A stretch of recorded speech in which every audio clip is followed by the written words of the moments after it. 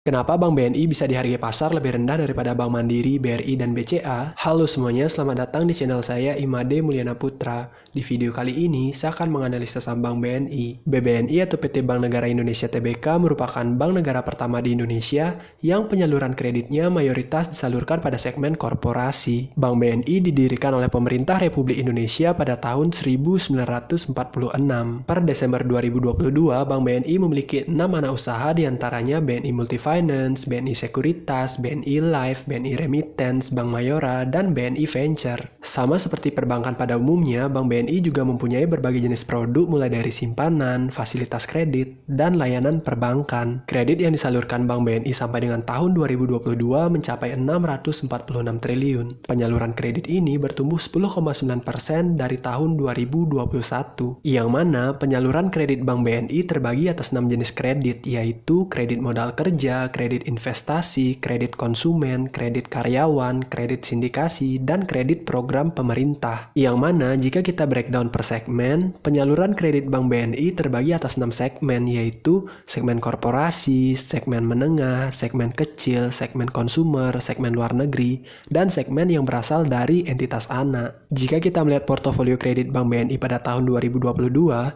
jumlah kredit pada segmen korporasi menyumbang hampir 40% dari total kredit yang disalurkan. Sedangkan untuk kredit pada segmen menengah menyumbang 16,5%, segmen kecil menyumbang 15,7%, segmen konsumer menyumbang 17%, segmen luar negeri menyumbang 10,4%, serta kredit pada segmen yang disalurkan entitas anak menyumbang 0,6%. Selanjutnya kita bahas kinerja keuangan dari Bank BNI. Kita mulai dari pendapatan, yang mana pendapatan Bank BNI terdiri atas pendapatan bunga dan pendapatan non-bunga. Pada tahun 2022, Bank BNI berhasil mencatatkan pendapatan bunga bersih atau net interest income sebesar 41,3 triliun dan pendapatan non-bunga sebesar 14,8 triliun. Pendapatan bunga bersih ini bertumbuh 8% jika dibandingkan dengan tahun 2021, yang dari sebelumnya 38,2 triliun menjadi 41,3 triliun pada tahun 2022. Jika kita lihat lebih lanjut, pertumbuhan net interest income sebesar 8% ini disebabkan oleh peningkatan pendapatan bunga sebesar 8,5%. Peningkatan pendapatan bunga ini sudah cukup baik, namun jika dibandingkan dengan Big Four lainnya seperti Bank Mandiri, BRI, dan BCA, peningkatan pendapatan bunga ini akan terlihat kurang menarik karena para pesaingnya mampu mencatatkan peningkatan pendapatan bunga yang lebih tinggi serta mampu melakukan efisiensi dengan menekan beban bunganya. Sehingga para pesaingnya pada tahun 2022 mencatatkan kinerja keuangan yang sangat baik. Jika kita melihat pendapatan non-bunga dari Bank BNI, terdapat pertumbuhan sebesar 8,7% jika dibandingkan dengan tahun 2021. Dari sebelumnya 13,6 triliun menjadi 14,8 triliun pada tahun 2022. Jika kita melihat dana pihak ketiga dari Bank BNI, terdapat hal yang menarik, yang mana Bank BNI mampu konsisten meningkatkan dana pihak ketiga yang bersumber dari giro dan tabungan. Selain itu, jika kita melihat dana pihak ketiga yang bersumber dari giro saja, terdapat pertumbuhan yang sangat baik dengan rata-rata pertumbuhan 21,8% per tahun. Yang awalnya giro merupakan dana pihak ketiga dengan porsi terendah pada tahun 2018, pada tahun 2022, giro menjadi dana pihak ketiga dengan porsi tertinggi, yang mencapai 315 triliun atau 40,9% dari total dana pihak ketiga Bank BNI. Sehingga karena pertumbuhan giro tersebut, porsi kasa Bank BNI dapat meningkat, yang sebelumnya pada tahun 2018 sebesar 66% menjadi 72,4% pada tahun 2022. Peningkatan porsi kasa ini menyebabkan penurunan cost of fund dari Bank BNI, yang pada tahun 2018 cost of fund Bank BNI sebesar 2,8%, pada tahun 2022 cost of fund Bank BNI menjadi 1,5%. Cost of fund ini dapat dikatakan cukup rendah, bahkan jauh lebih rendah jika dibandingkan dengan tahun 2019 yang sebesar 3,2%. Nah, jika kita melihat beban operasional terhadap pendapatan operasionalnya, terdapat hal yang menarik, yang mana Bank BNI mampu melakukan efisiensi yang tercermin dari penurunan rasio BOPO-nya, yang pada tahun 2020 sebesar 93,3%, turun menjadi 68,6% pada tahun 2022. Bahkan rasio BOPO ini sudah lebih rendah jika dibandingkan dengan tahun 2018 yang sebesar 70,2%.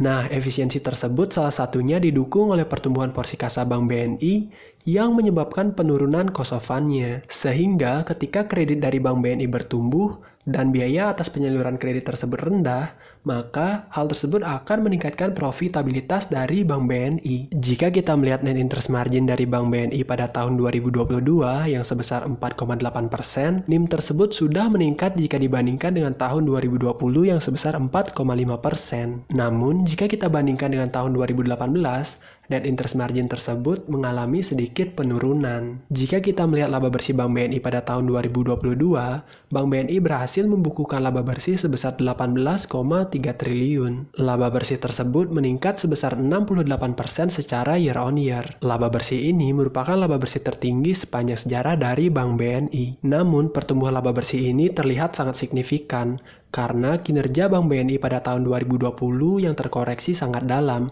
mencapai minus 78%. Namun, hal ini merupakan sinyal positif yang menyatakan bahwa kinerja Bank BNI sudah mulai pulih pasca pandemi. Jika kita melihat aset Bank BNI pada tahun 2022 mencapai 1.029 triliun. Aset Bank BNI mengalami pertumbuhan dengan rata-rata pertumbuhan 6,8% per tahun. Pertumbuhan aset ini didukung dengan profitabilitas Bank BNI yang mulai membaik, sehingga return on asset Bank BNI sudah lebih baik jika dibandingkan dengan tahun 2019, yang mana return on asset Bank BNI pada tahun 2022 menjadi 2,5%. Jika kita melihat return on equity dari Bank BNI pada tahun 2022 yang sebesar 16,4%, return on equity tersebut juga bertumbuh dan sudah lebih tinggi jika dibandingkan dengan tahun 2018 yang sebesar 16,1%. Meskipun pada tahun 2020 terdapat penurunan ROA dan ROE dari Bank BNI yang signifikan, namun penurunan tersebut masih dapat dikatakan cukup wajar karena dampak dari pandemi yang membatasi kegiatan masyarakat sehingga perekonomian sempat melambat. Jika kita melihat kualitas aset Bank BNI yang tercermin dari NPL-nya,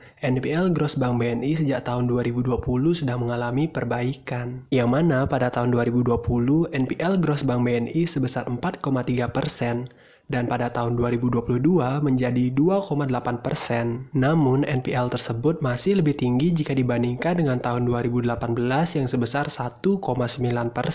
Jika kita melihat NPL per segmen, NPL pada segmen korporasi yang merupakan porsi kredit terbesar Bank BNI, NPL-nya sebesar 2,1%. Yang mana NPL tersebut sudah mengalami perbaikan jika dibandingkan dengan tahun 2020.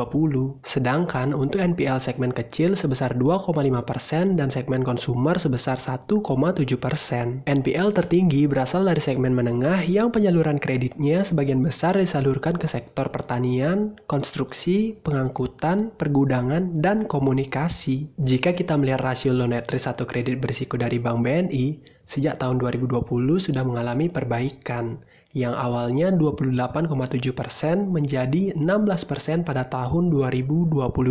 Seiring dengan pulihnya perekonomian pasca pandemi, kredit berisiko tersebut kemungkinan besar akan semakin menurun. Jika kita melihat rasio kecukupan modal Bank BNI pada tahun 2022 berada di 19,3%, yang mana persentase tersebut sudah berada di batas yang aman bagi perbankan. Jika kita melihat porsi kredit yang disalurkan Bank BNI yang tercermin dari loan to deposit rasionya, LDR Bank BNI masih berada di 84,2%. Porsi ini menurun jika dibandingkan dengan tahun 2019 yang berada di sekitar 91,5%.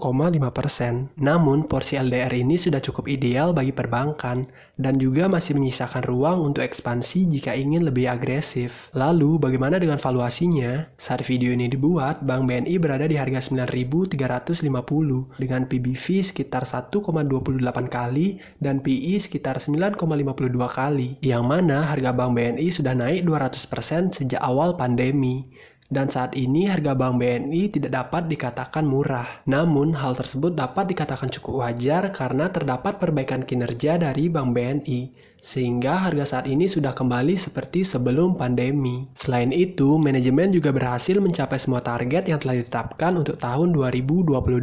Jika dilihat dari dividennya yang akan dibagikan di bulan April yang sebesar Rp392,7 per lembar saham, maka dividen yield dari Bank BNI tersebut sekitar 4,2%, yang mana yield tersebut cukup menarik. Video ini bukan saran investasi, hanya berbagi perspektif yang mungkin bisa dijadikan tambahan referensi. Tugas kita menganalisa sebaik mungkin lalu membeli di harga yang murah untuk memperkecil risiko investasi kita. Dari analisa sederhana ini dapat kita simpulkan bahwa salah satu alasan kenapa Bank BNI memiliki kapitalisasi pasar lebih rendah dibandingkan Bank BRI, Mandiri, dan BCA karena kinerja Bank BNI memang tidak semenarik para pesaingnya. Pertanyaannya, mampukah manajemen membuat kinerja Bank BNI bertumbuh lebih baik dibandingkan para pesaingnya dalam beberapa tahun ke depan? Bagaimana menurut kamu? Jangan lupa like, comment, subscribe, nyalain notifnya. Sampai ketemu di video selanjutnya.